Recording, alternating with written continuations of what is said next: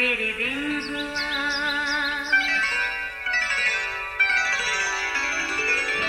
नया फिर दिन हुआ, पुरानी रात का करे सो शुक्र हम खुदा की जात का, खुदा की जात का नया फिर दिन हुआ।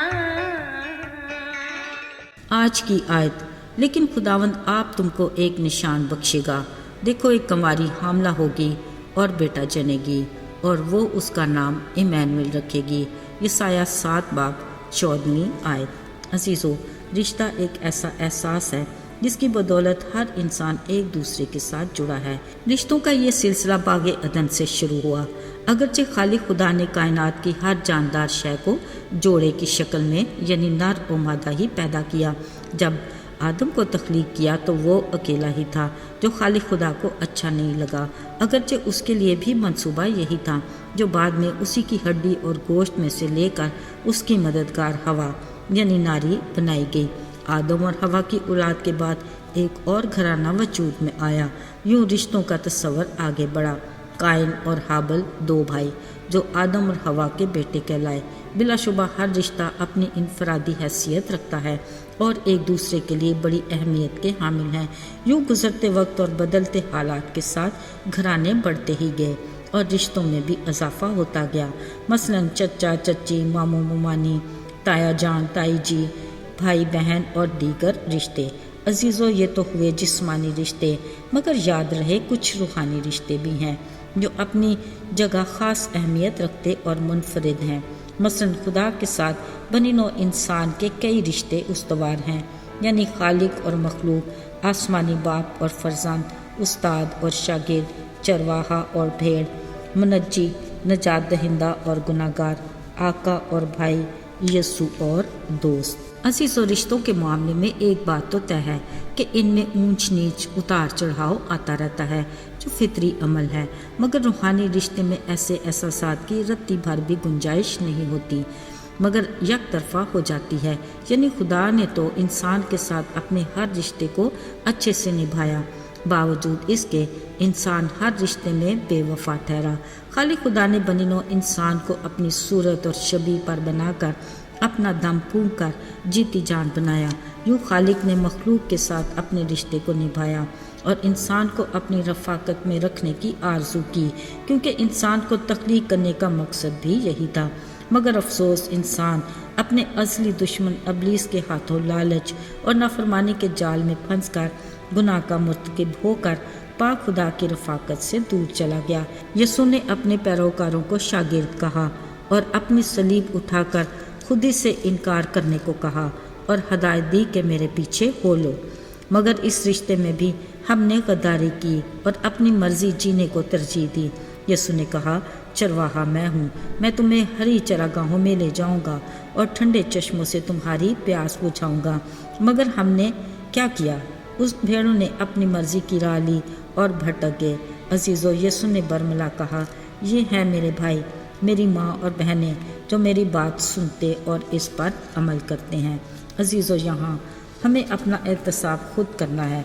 क्या हम उसकी बात सुनते और उस पर अमल करते हैं, या दुनिया के सरदार इब्लीस की बातों में आकर इस जहान के हमशक्ल बन जाते हैं? इस बारे में फ़ैसला हमारा अपना है।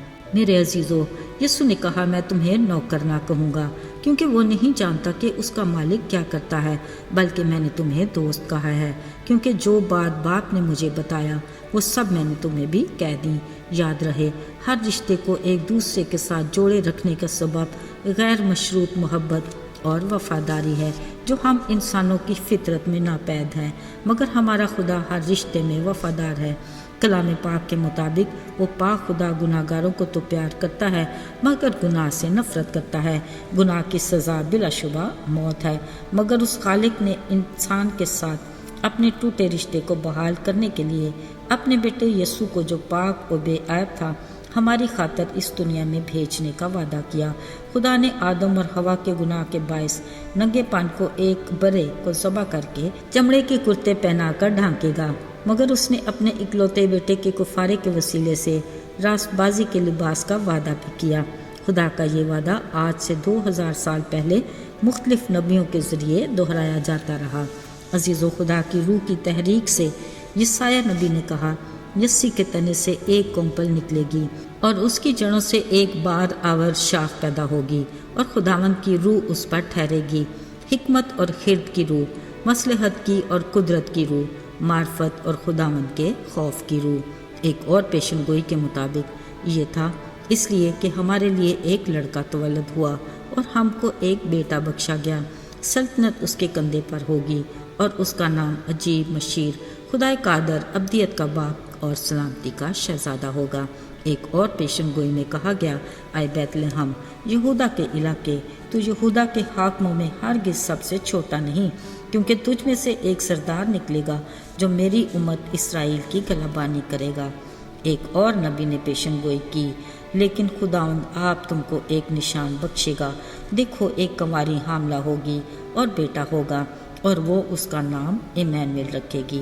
अजीज़ों, याद रहे, इन सारी पेशन गोइयों की तकमील खुदा से इंसान के टूटे रिश्ते को जोड़ने और मिलाप के लिए ज़रूरी था, जो अपने मुकर्रर वक्त पर पूरा हुआ और यीशु मसीह दुनिया का नजात दहिंदा दुनिया में आया। याद रहे, हम इन दिनों उसी यीशु के पैदा होने के दिन मनाते हैं। हमारे गुनाह से नजात का तोहफा उसकी सलीब से आगे है, जो उसके बेइंतहा प्यार की निशानी है। आइए दुआ करें। आए आसमानी बाप, हम तेरे शुक्रगुजार हैं कि तूने हमें अपने बेटे यीशु के वसीला से बाप कहने का हक दिया। तौफीक अता करके हम इस रिश्ते के साथ मजबूती से जुड़े रहें, ताकि हम तेरी पहचान में आगे बढ़ें और तेरी रफ़ाकत और शराकत में रहें। यीशु के पाक और मुबारक नाम में मांगते हैं, आमीन।